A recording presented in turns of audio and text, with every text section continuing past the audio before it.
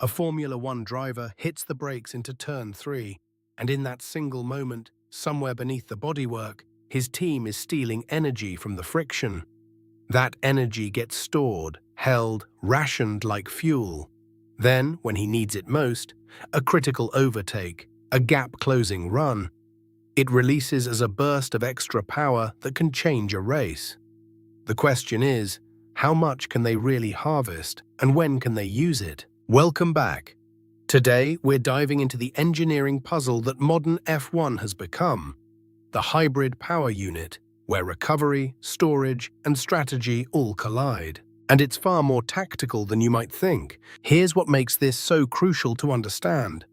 Every team on the grid has the same fuel flow limits, the same power output ceiling, the same regulations. But the teams that master energy harvesting, how much they recover, when they deploy it, how they balance their electrical systems lap after lap, they're the ones who find those precious tenths of a second that separate first from fourth. A driver might gain 5 horsepower for 3 seconds on the straights, but if his team hasn't optimized the recovery pattern, he's left wanting when it matters most. This is why you'll see a Mercedes pull away on a restart, or a Ferrari gain ground on the run to the chicane.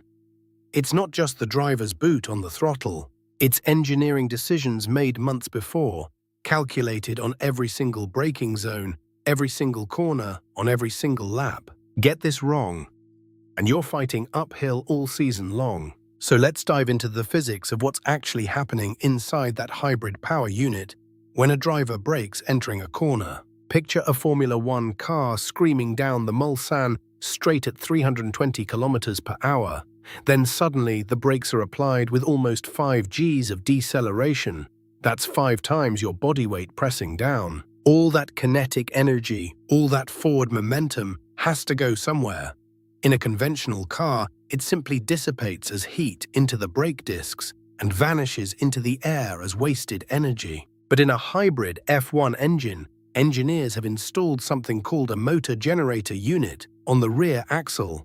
Let's call it the MGUK, and it spins whenever the wheels are slowing down. Think of it like a bicycle dynamo, except instead of lighting a bulb, it's converting that rotational force into electrical current, capturing energy that would otherwise be lost forever. As the car decelerates through a chicane, that MGUK is spinning faster and faster, harvesting electrical energy and storing it in a battery pack, mounted low in the chassis behind the driver's seat. But here's where it gets clever. There's a strict limit. Modern F1 regulations allow teams to harvest a maximum of 120 kilojoules of energy per lap from braking and cornering. That's the energy equivalent of running a hairdryer for about 30 seconds. It doesn't sound like much, but converted into extra horsepower for a few crucial seconds, it's the difference between gaining a position or losing one. The team has to decide, do we harvest aggressively at every braking point, filling that battery completely, or do we be selective? Maybe skip some harvesting on corners we know aren't critical, saving capacity for the final lap when a rival is closing in. There's also the MGUH mounted on the turbocharger, which recovers energy from exhaust heat, the super hot gases that would normally just blow out the back of the car. That heat energy also gets converted to electrical power and stored, adding another layer of complexity to the puzzle. Now, when the driver needs that extra boost, accelerating onto a straight, making a pass, or defending into a braking zone, the energy from the battery is released back through the electric motor, adding up to 160 additional horsepower for brief moments. But teams can only use about 120 kilojoules of that stored energy per lap, which means every decision about when to deploy it is strategic. Waste it on a straightaway where grip isn't the limiting factor, and you won't have it when you need it most on the next acceleration. This is why you'll notice a top team managing their ERS. That's the energy recovery system, like a chess match against the clock and their competitors. A driver lifts off the throttle earlier than you'd expect before a corner, optimizing the recovery zone. The engineer in the garage watches real-time telemetry, deciding exactly when to release that electrical boost for maximum effect. The temperature matters too. Those batteries and electrical components generate heat, and if a team deploys power too aggressively, they overheat the system and have to back off, losing performance when they need it most. Get the thermal management wrong, and you're essentially sabotaging your own strategy.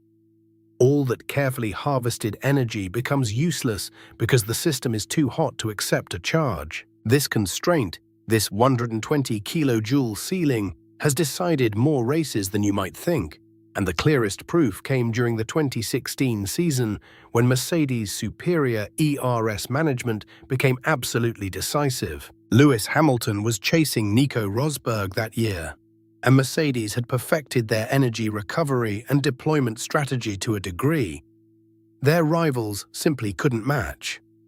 On circuits like Monza and Silverstone, where long straights demand careful ERS planning, Hamilton could deploy his electrical boost at the precise moment it gave him the greatest advantage, sometimes defending into a corner, sometimes building a gap on the exit. Rosberg was fast, incredibly fast, but the ERS game tilted the balance, and by season's end, energy management had been a factor in several critical moments between them. Then look at 2021, the Abu Dhabi finale between Hamilton and Max Verstappen, a moment where the entire championship came down to the final lap under the safety car. Both drivers had fresh tires and full ERS batteries, and when that restart came, whoever managed that electrical deployment most effectively in those opening meters had a genuine tactical advantage. Verstappen's Red Bull was strong in raw pace that day, but Hamilton's Mercedes had been setting up their ERS strategy all season for high-pressure moments like that one. It didn't guarantee victory, but it was part of the puzzle, part of the reason both teams had spent months perfecting their thermal management and deployment algorithms. And if you want a single, crystal-clear example of ERS deciding a race outright, look back to 2014, the very first year of this hybrid era when Mercedes was discovering just how powerful hybrid technology could be. Hamilton and Rosberg had such a commanding advantage with their energy recovery system that they routinely lapped backmarkers on circuits where older technology would have made the gap marginal. Mercedes' understanding of ERS deployment gave them an advantage worth multiple positions on the grid, lap after lap, race after race. That's the real story. It's not just about having the biggest battery or the most powerful electric motor. It's about knowing, with surgical precision, when to use it. And that knowledge has been the difference between championships and runners-up finishes. This is where the factory teams earn their edge, where the thousands of hours in the simulator and telemetry rooms translate into real performance on Sunday afternoon. So here's a question worth sitting with. What if a team had twice the electrical deployment available? Unlimited ERS for the entire race. It sounds like a dream, right? Imagine Hamilton in 2014 with double the electrical power to harvest and release whenever he wanted. In theory, he'd be unstoppable. That gap over the midfield would grow even wider, and the Mercedes advantage would become almost comical. But here's where reality gets interesting. That unlimited energy would break the entire puzzle that makes modern F1 so tactically beautiful. The constraint, the limit on how much you can harvest and when, is precisely what forces teams to think strategically about every braking zone, every corner, every single lap. Remove that constraint, and you remove the decision-making that separates champions from the rest. Teams would just hammer the ERS button constantly, and the sport would lose the chess match beneath the speed. The real mastery isn't in having the most power. It's in deploying exactly the right amount at exactly the right moment when it matters most. And that's what separates a dominant team from a legendary one. So remember this. Modern F1 hybrid power comes from capturing heat and breaking energy that would otherwise be wasted. But the genius of the regulation isn't the technology itself. It's the constraint built into it. Limited deployment, limited harvest windows, limited storage. These rules force teams into breathtaking strategic choices that define entire race weekends. That's what makes this era of F1 so tactically rich, and why the engineers and strategists matter just as much as the drivers. Now we want to hear from you. Which aspect of modern F1 engineering should we dig into next? MGU-K versus MGU-H, hybrid reliability battles, or how teams actually decide when to deploy? Drop your vote in the comments below. And please subscribe so you never miss an inside look at what really makes these machines extraordinary.